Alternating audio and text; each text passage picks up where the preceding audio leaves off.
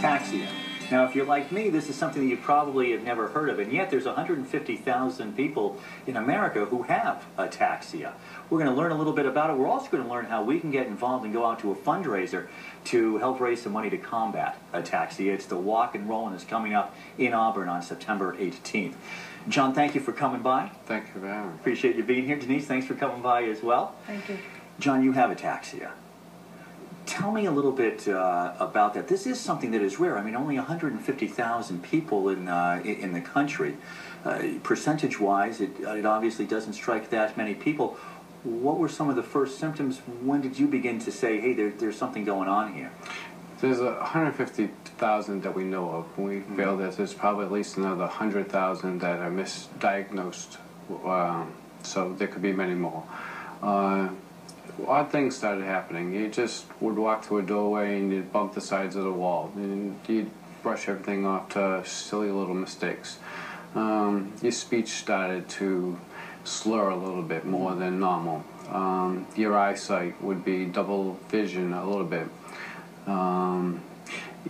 Involuntary movement of your arms. And it took about 3 or 4 times going to different neurologists and trying to have them try to come up with what was happening. Fortunately, it's just not a blood test. You go in and they can say, this is what you have, until the symptoms get a little bit, as they grow more. Boy, I mean, it has to be so frightening because, of course, at first you don't know what's happening. Yeah. How long did you kind of say to yourself, hey, you know what? This is just something weird, but this will pass. There's no reason for me to have to go to a doctor. How long do you think you probably had some of those symptoms before you went? It was a good 2 years until it started to get to the point where then I kind of went to Boston, where they started to see other people like this. Typical guy, or typical for anybody who has this, that they kind of put it off or are in denial, or just, you know, since we don't hear about it very much, you just think that it's got to be something else. Yeah, when they said it to me, I had no idea. I'm like, well, never heard of it. What is it, you know? And so, yeah, I was surprised too. And once you realize that you have it, it moves in different times in people, where it could be 10 to 15 years. It can move very rapid, or it can move in 3 years to the point that you're in a wheelchair. So eventually everybody that has ataxia will eventually end up into a wheelchair. Mm-hmm. I'm on the lucky side where a lot of them, their speech goes the first. Mm-hmm. And fortunately I have pretty good speech. Absolutely. So when you got this diagnosis and you began to learn more about it, what were some of the things that struck you as you began to learn more about it? When I first found out that I had ataxia, there was a national ataxia conference out in Seattle. So I figured that was probably the best place to go, to surround myself with people that had it, to learn about it, because I had no idea. You had to be really your own advocate. When I went out there, I was really touched by walking into the hotel and really seeing over 100 kids in wheelchairs, very happy, very upbeat, you know, all together. And jokingly, I said to my wife, I said, you know, if walking in a hotel, you're probably saying, I'm not going to drink the water in this place, you know. So that's when I really realized that there was quite a lot out there. And that's when I came up on my way home from Seattle, that I wanted to do something. That I seen so many young kids that get it. Fortunately, I was older in life when I did get it. Does it normally strike when you're younger? A lot of it does, yes. It's very odd, or very rare, that you do develop it at a late age, as I did. So you decided that you wanted to make something happen, and this is where we'll get Denise back into the story as well. So you decide that, hey, you know what? Because let's face it, I mean, a lot of people would say, I can't believe the hand that I was dealt, and they would have said, you know, anger, or just said, I'm not going to do anything. Right. You decided that you wanted to get motivated and make something happen for people. Right. I was always volunteering for other organizations, and I said, well, this is the time now that I need something to do for myself and for others. So my thing was to try to get people to ride. And one of the best exercises in the world is motor skills. The more you use your motor skills, the longer you keep them. If you're going to sit on the couch, then you're going to progress a lot faster than the average person.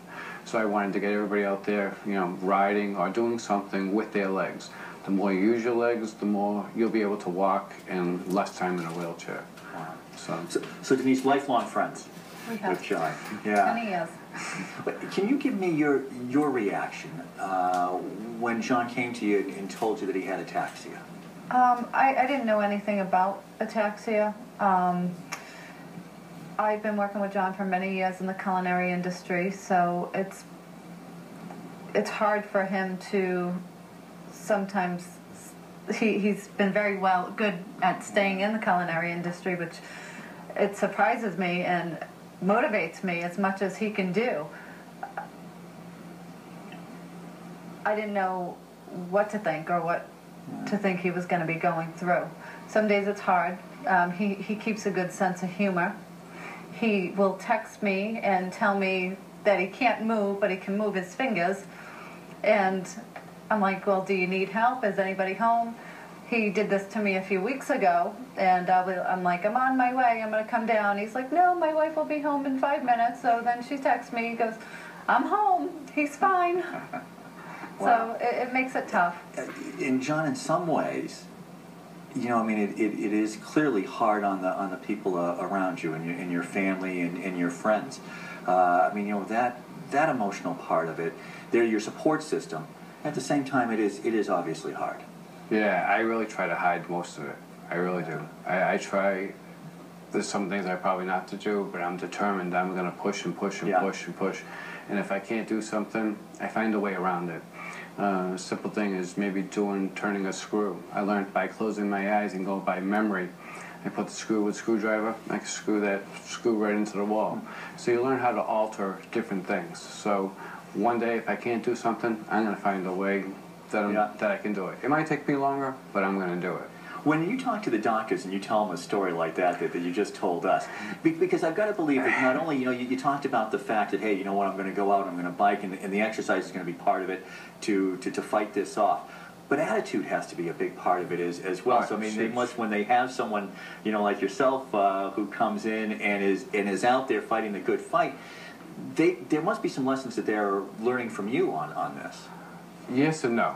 The specialists I'm seeing are so far up the line that they're looking so scientific that when I say to them, you know what, if I come to a doorway and just before I go through it, I close my eyes and I hit the doorway dead center on, oh, that's great. And then they go right on.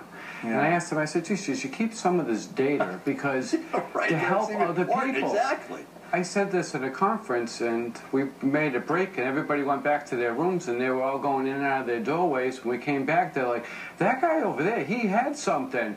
And I'm like, to see all these people going in and out of their doorways just by closing their eyes, but a doctor doesn't, at that level, they're so into the DNA and breaking it down. But other people who suffer from ataxia, they want something practical that you were able to give them by saying, hey, guess what, close your eyes, you'll hit that door dead center. That's right. Yeah. We want to talk about the walk and roll. We want to talk about the bike.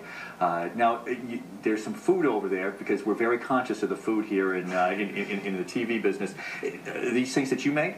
Yeah, we do Simply Delicious Catering. We've done it for years, and that's my passion, food. Yeah. So I love the Grove houses, and we do dinner parties, and I can look back and say, I did it. Fantastic. Well, we'll talk a little bit about that as well, and we'll tell you how you can get involved and come out to the walk and roll in Auburn, and that's on the way on the Hank Stolz Experience.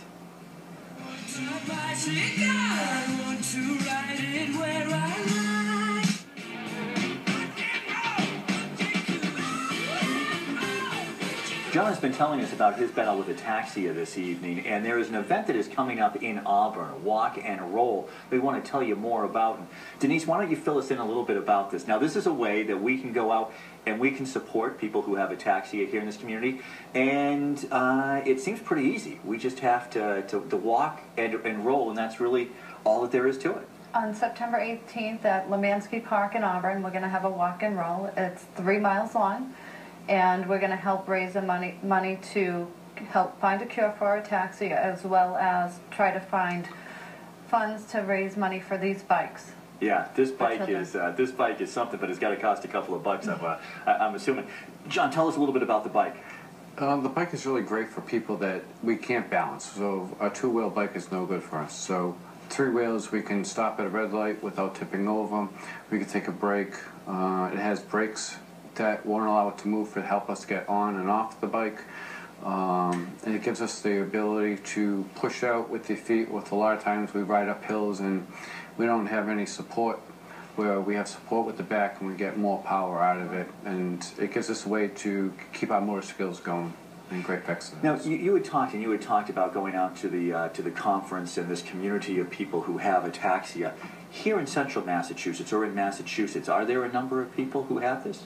Yeah, there's a support group in Boston, and I would say there's probably a good 100 people that we attend these support groups.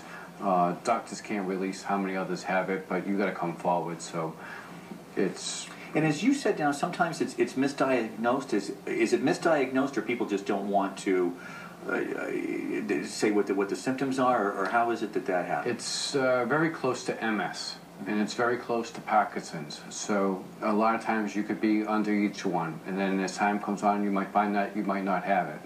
I also have a mitochondrial and chorea. So between those other two diseases really throws, especially one is energy, throws the ataxia and makes it even worse for me. Is that common, that usually if somebody has ataxia, they have something else as well? 50-50. Yeah. Everybody is so different, and that's what's so hard about the disease, because it affects so many people. But I know people that have had it one day, 6 months later, they're in a wheelchair and can barely move. That's how fast. You just don't know. And thank goodness that has not happened with you, and you're still out there and you're still pursuing your passion, you're still cooking, and we appreciate that. Tell me a little bit about what you see in the future. Certainly we want to come out, we want to raise some funds. Denise said earlier, right, I mean, the funds will go hopefully to find a cure. Do you see that happening? Is there more research going into this? It's huge. About 3 years ago, there's a whole structure of DNA, probably about 32 genes. There, about 4 years ago, when you had about 7. Now to this date, there are about 23. When they get the whole 32, it's going to help many diseases where they can almost see where the breakdown is and to correct some of the genes into the body, and then before children are born or whatever, to correct the actual disease that you might have. Once they learn the gene, it helps to come up with some cures, or not maybe a cure, but maybe a drug that will give you a better life. Wow, isn't that something? So it has moved quite fast. Yeah, no, and that's great. So Denise, we're going to come out on Saturday the 18th. T-shirts, are people going to be able to get those if they come out? And we brought this one for you, Hank. Oh, geez, thank you so much. Yeah, let's take a look at that. Ride for John, National Ataxia Foundation. It's got the bike on there as well. That's fantastic. When folks come out, just sign up that day, or it's best to go maybe to the website and sign up beforehand? They can do either, or they can come up that day, or they can go onto our site, which is Ride for John. If people can't make it out to the walk, but they want to contribute and they want to help find a cure for ataxia, is there a way to do that at the website as well? Yeah, you go rideforjohn.com. Right at the top says rock and roll, and you'll be able to make a donation, and that's how we fund all this. Fantastic. All right. Well, it is a great cause. Thank you so much, and thank you so much for coming. Boy, I appreciate it. Thank you for being here, and best of luck. And we'll see everybody out on the 18th, Saturday in Auburn. And thank you, as always, for watching the Hank Stolz Experience.